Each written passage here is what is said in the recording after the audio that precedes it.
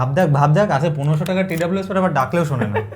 আরে আমার কি দোষ? এই টিডব্লিউএস কানে পড়লে কে ডাকে কিছুই শুনি না। হা ভাই, এটা মাত্র 1590 টাকার একটা টিডব্লিউএস, যেখানে -35 ডিবি নয়েজ ক্যান্সেলিং তো আছেই, আবার টপ টেক জোন থেকে নিলে পাওয়া যাবে 6 মান্থসের অফিসিয়াল ওয়ারেন্টি।